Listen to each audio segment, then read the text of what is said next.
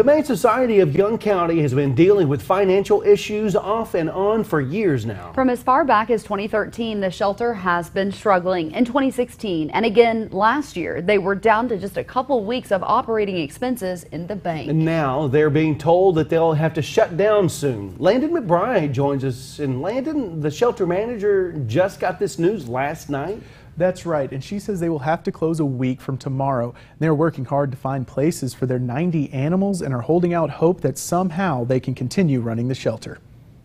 The Young County Animal Shelter receives money from the City of Graham and from Young County, but they rely heavily on contributions from community members to keep everything up and running.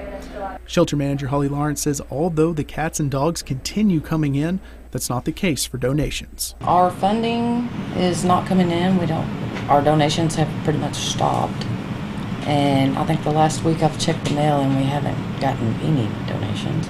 But yesterday's my day off and I got called in and they said that we didn't have the money to keep going. Lawrence took over at the shelter back in November, and since, she says she has cut expenses and the employees are doing what they can to help save money here and there. $72,000, and that's cut the cost.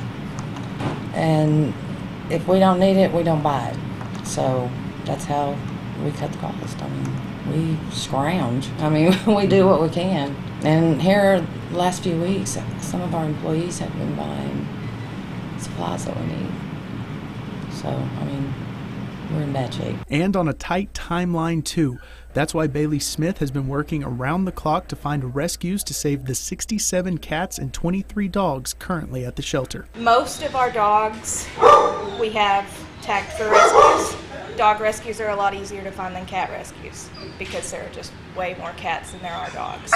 So I've been mostly emailing cat rescues in DFW. I contacted one in Houston. We're trying to figure out what we can to get them homes so that we don't have to put them to sleep. For those who love and care for the animals, this has been very difficult, and especially for Lawrence, who sees this shelter as far more than a job. And the day after I was hired, my dad passed away, and I said that I was going to make it work in his memory. It's really the only thing I've ever seen myself doing is working with animals. So seeing this go down is incredibly heartbreaking. And that's why she says she and others are really trying to make it. It's not just me saying, I'm not done, I'm not giving up. It's all of us.